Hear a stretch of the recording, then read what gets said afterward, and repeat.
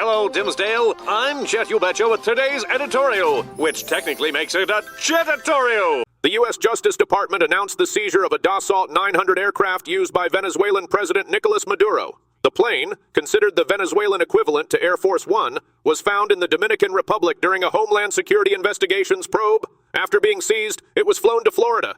Attorney General Merrick Garland stated the plane was illegally purchased for $13 million through a shell company and smuggled out of the U.S. The seizure is part of broader U.S. efforts to enforce sanctions and export controls against Maduro, whose regime is accused of tampering with election results and repressing dissent. In other developments, several people were shot early Monday outside Shaw High School in East Cleveland, Ohio, during a reunion event. The exact number of injured individuals and their conditions remain unknown.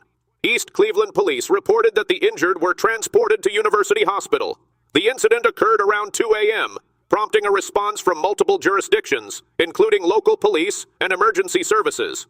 East Cleveland City Council President Twan Billings expressed devastation over the shooting and suggested that a local police shortage may have influenced the events. The Shaw High School reunion is a weekend-long event that brings together graduates and community members of all ages. In another update, 4 people were killed in a mass shooting aboard a Chicago transit train on Monday morning. The victims were passengers on the train heading into Forest Park.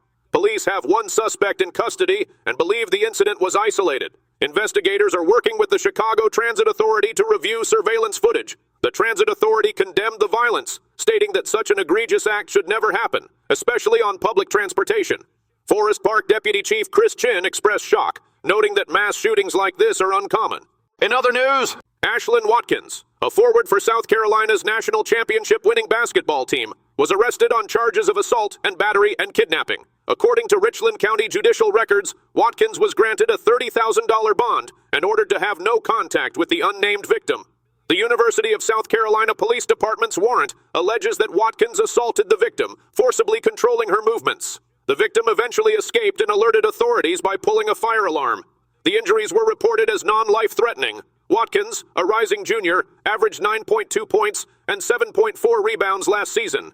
She is scheduled to appear in court on October 25th. From all of us here, stay classy, Dimsdale.